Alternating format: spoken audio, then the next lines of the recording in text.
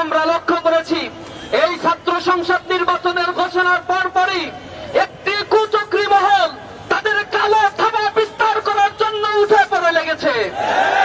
তাদের কর্তা ব্যক্তিদের প্রথম দিককার নেতৃবৃন্দ বলছে কিসের চাকসু, চাকসু হবে না। রাজশাহী বিশ্ববিদ্যালয়ে যখন মনোনয়ন পত্র বিতরণ করা হচ্ছে, গায়ের জোরে আমি জানতে চাই কার জোরে সে ছাত্রদের স্বাভাবিক প্রক্রিয়াকে বাধাগ্রস্ত করে, সে শিক্ষকদের হেনস্থা করে। একটা বিশ্ববিদ্যালয়ের ছাত্র দলের সভাপতি তার কিভাবে দুঃসাহস হয় সে সেখানে দাঁড়িয়ে ছাত্রদের সামনে, শিক্ষকদের সামনে টেবিল উঁচু করে, টেবিল ভাঙচুর করে, চেয়ার ভাঙচুর করে। এখনো পর্যন্ত বিশ্ববিদ্যালয় প্রশাসন নির্লিপ্ত। টোটাল বিশ্ববিদ্যালয় প্রশাসন এই ছাত্র দলকে ব্যাকআপ দিচ্ছে। প্রত্যেকটি বিশ্ববিদ্যালয় প্রশাসন তাদের কথায় চলছে। রাজশাহী বিশ্ববিদ্যালয়ে ডাকসু ইলেকশনের ডেট যখন ঘোষণা হয়েছে, এর পরবর্তী আমরা দেখেছি তারা আবেদন করেছে, সাথে সাথে তাদের আবেদন অ্যাকসেপ্ট করে সেখানে 15 দিন ডাকসুর নির্বাচনের ডেট পিছিয়ে দেওয়া হয়েছে। আমরা অবাক হয়ে যাই, কারোর সাথে কোনো আলোচনা ছাড়াই এ জাতীয় কর্মকাণ্ডগুলো আমাদের মনে গভীর উদ্বেগের সৃষ্টি করে। আপনারা দেখেছেন ঢাকা বিশ্ববিদ্যালয়ে ইসলামী ছাত্র শিবিরকে ঠেকানোর জন্য বামরাম এবং ছাত্রদল সহ ঐক্যবদ্ধ একটা জোট হয়ে গিয়েছে। তারা বিশ্ববিদ্যালয়ের ভিসি প্রশাসন যখন আমাদের ডাকে 20টা ছাত্র সংগঠন একসাথে হয়ে 3 ঘন্টা মিটিং করলে 2.5 ঘন্টা 3 ঘন্টা শুধু ছাত্র শিবিরকে নিয়ে বক্তব্য রাখে। তারা ক্যাম্পাস কিভাবে ছাত্র সংগঠন পরিচালিত হবে, ক্যাম্পাসের ছাত্র রাজনীতি কিভাবে পরিচালিত হবে, সেই কথাবার্তার কোন নামগন্ধ নাই। সারাক্ষণ বুলিং, ট্যাগিং, হ্যারাসমেন্ট আর আদারিং এর সেই কুচক্রী রাজনীতি, সেই ফ্যাসিবাদের রাজনীতি পুনরুদ্ধারের জন্য এই একটি কুচক্রী মহল তারা উঠে পড়ে লেগেছে। হঠাৎ করে আমরা আবার দেখলাম ঢাকা বিশ্ববিদ্যালয়ের ছাত্র সংসদে ইসলামী ছাত্র শিবিরের জিএস প্রার্থী, তার প্রার্থীরা বৈধতা নিয়ে রিট করা হয়েছে। রিট করা হলো একটা ইস্যু নিয়ে, আর রিট করার সেখানে আদেশ দেওয়া হলো ডাকসু ইলেকশনকে পিছিয়ে দিতে হবে। কি কারণে, কার ইশারায় এই কাজটা করা হয়েছে? আমরা মনে করছি লন্ডনের ইশারায় এই জাতীয় কার্যক্রম পরিচালিত হয়েছে। যেহেতু ঢাকা বিশ্ববিদ্যালয়ে ইলেকশন হওয়ার পেছনে নানা ধরনের ষড়যন্ত্র করে যখন তারা দেখছে আর হয় না, তখন তারা অন্য রকমের একটি চক্রান্তে মেতে উঠেছে। চেম্বার জজ যখন এইটাকে স্থগিত করেছে, তারা ক্যাম্পাসে আন্দোলন করছে।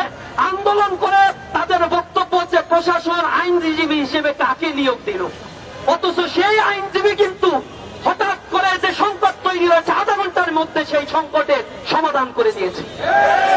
তাদের আক্ষেপ হলো কেন এটা সমাধান করা হইল, এজন্য তারা খুব আক্ষেপ করছে, মুখ শুকিয়ে গেছে। তাদের চক্রান্ত যে বাস্তবায়ন হয় নাই, এজন্য হাতে গা লেগেছে, কষ্ট পেয়েছে তারা। আমরা দীপ্তমান দিতে চাই, ডাকসু ইলেকশন সাধারণ ছাত্রদের পার্সেপশনের বিষয়। এখানে সুনির্দিষ্ট কোন গোষ্ঠীর পারপাস সাধ করার জন্য ডাকসু, রাকসু, চাকসু পাঞ্চালের চক্রান্ত কেউ যদি করে, ছাত্র সমাজ তা প্রতিরোধ করবে ইনশাআল্লাহ। ছাত্রীদের শ্লীলতাহানি করা হচ্ছে, হেনস্থা করা হচ্ছে। আমরা অবাক হয়ে যাই। এই যে ছাত্রী, ঢাকা বিশ্ববিদ্যালয় এতদিন বলতো ঢাকা বিশ্ববিদ্যালয়ে ছাত্র শিবির ছাত্রীদের প্রমোট করে না। যখন ডাকসু ইলেকশনে প্যানেল দিল, ডাকসু ইলেকশনে প্যানেল দিল, তাদের ছবিগুলোকে বিকৃত করলো তারা। এরপরে ইসলামী ছাত্র শিবির কোনো প্রতিক্রিয়া জানায় নাই, শুধু লিখিত অভিযোগ দায়ের করেছে। দ্বিতীয় পর্যায়ে যখন দেখে আমাদের উত্তপ্ত করতে পারছে না, তখন এই ইলেকশন নিয়ে আমাদের প্রার্থী মেয়েদেরকে নিয়ে হাজার হাজার র্যাগিং, ট্যাগিং, বুলিং, মানে হ্যারাসমেন্টের শিকার করা হচ্ছে তাদের। তাতে তাদের কোন ধরনের মুখ থেকে কথা বের হয় না, অথচ তার নামে কি ধরনের পোস্ট দেওয়া হয়েছে তার দায় চাপিয়ে ইসলামী ছাত্র শিবিরের বিরুদ্ধে তারা আন্দোলন করছে, তারা তাদের মতো কর্মসূচি পালন করছে। একটা ছাত্র সংগঠনের যদি নিজস্ব কর্মসূচি না থাকে আমাদেরকে বলুন, আমরা কর্মসূচি বানিয়ে দেই। কর্মসূচি নাই, সারাক্ষণ শুধু ট্যাগিং আর বুলিং আর দায় চাপানোর রাজনীতি নিয়ে এই ছাত্র সমাজ আপনাদেরকে আর পছন্দ করবে না। আমরা নারী হেনস্থাকারীর বিরুদ্ধে শাস্তির জন্য গতকাল রাতে সংবাদ সম্মেলন করে প্রশাসনের কাছে অভিযোগ দায়ের করেছি। অনতি বিলম্বে তাকে ধরতে হবে, শাস্তির আওতায় আনতে হবে। তার ইশারায় এই জাতীয় ট্যাগিং করা হয়েছে। জগন্নাথ বিশ্ববিদ্যালয়ে আমরা তাদের দলের একজন নেতাকে দেখেছি অশ্লীল ভাষায় ইসলামী ছাত্র শিবিরের প্যানেলের মেয়েদেরকে হেনস্থার শিকার করা হচ্ছে। চট্টগ্রাম বিশ্ববিদ্যালয়ে, সেখানে স্থানীয় সন্ত্রাসীরা ছাত্রদের উপরে হামলা করেছে, প্রশাসন নির্লিপ্ত।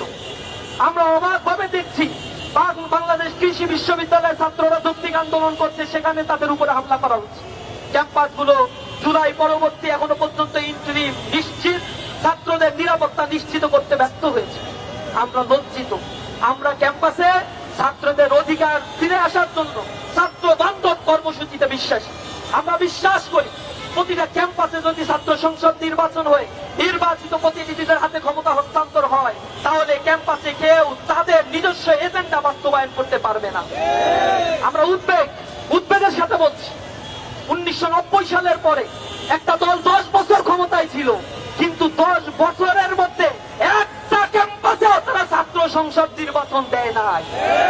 তারা আবার 90-এ ফিরে যেতে চায়। 2002 সালে তারাই ঢাকা বিশ্ববিদ্যালয় শিক্ষার্থীদের উপর কেমন বর্বর আচরণ করেছিল তার সাক্ষী এদেশের মিডিয়াগুলো, তার সাক্ষী এখনো বেঁচে বেড়ায়। ছাত্রীরা তাদের দেখলে পালায়, কথা বলতে চায় না। কেন চায় না? এটা নিজেদের কাছে একটু প্রশ্ন করো।